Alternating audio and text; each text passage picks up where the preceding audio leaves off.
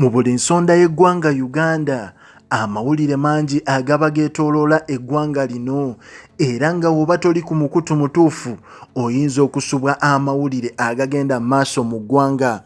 Era nga n'olunaku olwaleero omukyala omu pulezidenti gw'asinga okuba ng'ayagala oba muyite omukulu Yoweri Tibuhaburwa Museveni gw'asinga okuba nti ayagala era ng'ono kyaliwe nnyo omukyala amanyiddwa nga Catherine Kusaasira. Omukyala ono yandibanga agudde mu buugi olw'ensonga nti omukyala ono waliwo omwami avuddeyo nga ono omwami Kinyoozi wa Nviiri yavuddeyo n'agamba nti omukyala ono yamufera akasente ke konna n'akatwala. Era ng'omukulu ono amanyiddwa nga Brian Kinyoozi ono amanyiddwa nga Brian yavuddeyo n'abanga agamba omuyimbi ono Catherine Kusaasira yagenda wali mu saaluuni ye okuba nga amukolako enviiri era nga bakkiriziganya okuba nga omukyala ono Catherine Kusaasira waakusasula emitwalo 20 bweddu. Naye ate omukyala ono Kusaasira olwamala omukolako enviiri zonna ze yali ayagala n'avaayo n'abanga abikira omukulu amaze okumusala enviiri omukulu amanyiddwa nga Brian. Yes, mu kumubikira n'amugamba nti kyewandikoze Brian wandisoose n'onnyongerayo emitwalo 10 era nga zino ssente zaatotolinga oba zaawera okuba nga ziwera emitwalo 30. Era mu kuweza emitwalo 30 gye baakawa Catherine ng'ogasseeko 2 ge baamusibira enviiri n'ogattako ne 10 gye yasaba omukulu ono Brian Kinyoozi w'enviiri amuwe ne giwerera ddala emitwalo 30. Omukyala ono Catherine Kusaasira yavaayo n'abanga akakasa Kinyoozi ono nti essente zino agenda zimusasula ng'amaze okuba ng'akola konsati ye eyamanyibwa nga Tears of a Woman concert.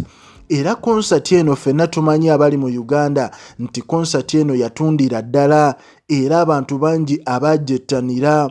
Naye okuva ku olwo omukyala ono Catherine Kusaasira ono Kinyoozi yavuddeyo n'abanga agamba nti omukyala oyo ne wamukubira essimu ye takyagikwata era mu process eyo wagezaako kuba ng'akwata omukyala ono Catherine Kusaasira nga y'omu ku bali ku kakiiko ka pulezidenti Yoweri Tibuhaburwa Museveni. Omukyala ono avuma buvumi Kinyoozi amanyiddwa nga Brian.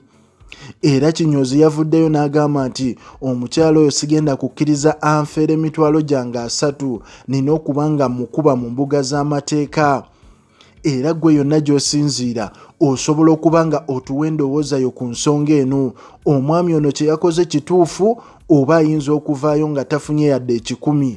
Naye ng'ate ng'abayimbi nga ffe ku Projan Media tukubiriza baserebu ab'enjawulo ebintu ng'ebyo mugezeeko okuba nga mubyewala. Twalabye wano omukyala amanyiddwa nga Winnie Nwagi naye yavaayo n'abanga ayina bye yakola ku ka restauranti n'agaana okusasula ssente z'abandi ate n'abaako embeera gy'abateerawo. So naddala baserebu ab'enjawulo abali mu limelight bagezeeko oba tugezeeko okuba nga abantu bano muyina engeri gye mweyisaamu mu ngeri ey'obuntu. Kati omukyala ono Catherine Kusaasira kye yakola Kinyoozi w'enviiri, Kinyoozi ono akasente ke kaba ka bulumi tekalinga kabano abantu essaawa yonna abamukubira essimu n'agenda mu State House n'abanga ayoola omutitimbe gw'ensimbi. So fenga ku Projan Media ensonga zino naddala abayimbi abakola ebintu bwe bityo tuzivumirira ddala kubanga buli omu aba yasetingawo ka bizinesi ke okubeerako naye we yeetuusa mu bulamu oba watuusa famire ye mu bulamu obw'ensi eno. Kati gwe yonna gy'osinziira tuwa endowooza yo ku nsonga eno.